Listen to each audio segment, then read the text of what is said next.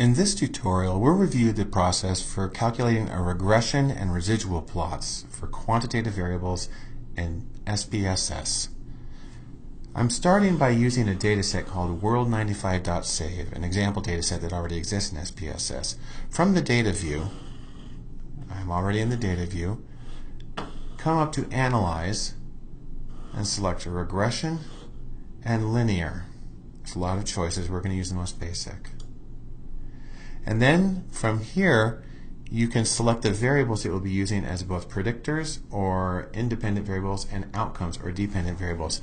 In this case, I'm going to do the most basic. I'm going to use the average male life expectancy as a predictor or independent variable to predict the average female life expectancy for each of the countries that's in the data set. Next, you want to select the appropriate statistics for the analysis. Click on the Statistics button. And at the very least, you want to have the estimates or the regression coefficients, and you want to have the model fit, which says how well it works. That's enough for right now, so I'll just click Continue. Next, for plots, you can get some diagnostic plots to let you know how well the data and the model fit. In this particular case, I'm going to look at the linearity and equality of variance by getting the standardized predicted value and putting that in X, and then the standardized residual value, or Z-resid, and put that in Y.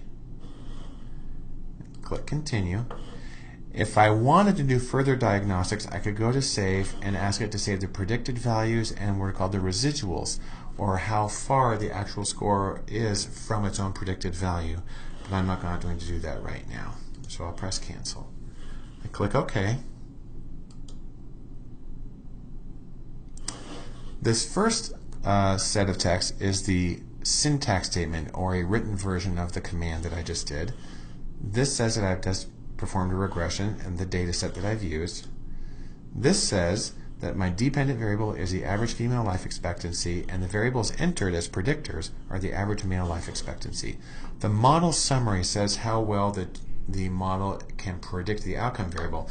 In this case, the correlation between the two is 0.982, which is exceptionally high, and the R-squared, or proportion of variance explained, which is frequently used as a method of assessing the quality of the model fit, is a 965. That is, that the average male life expectancy can predict 96.5% of the variance in the female life expectancy. It's a very good fit, a very high number.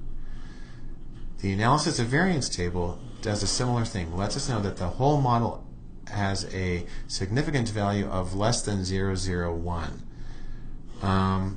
This next has the coefficient. Sorry, scooted down too far. These are the coefficients. The constant is the intercept. And then this one right here under unstandardized coefficients, the average male life expectancy, that is the slope of the regression. We also asked for some residual statistics. In this particular case, this lets us know that the predicted values have a mean of 70.16 and go from 43 to 82.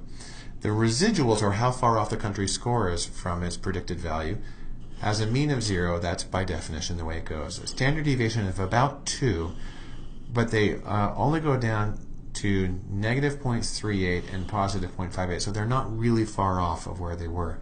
The standardized residuals, which by definition have a mean of 0 and standard deviation of 1, except for a small quirk in the way things are calculated here, are also ways of looking at those. Then I come down to the chart, which shows me the standardized predicted value. That is, what do we expect particular countries to have for their average female life expectancy based on their male life expectancy. And then this is a standardized how far things off the residual. And truthfully, this is a good one. It's a blob. It means there's no particular pattern or form to what's left over, which is in fact a requirement. This is a good thing. It meets the requirement for the effective use of regression. And that's the way you can calculate a regression in SPSS.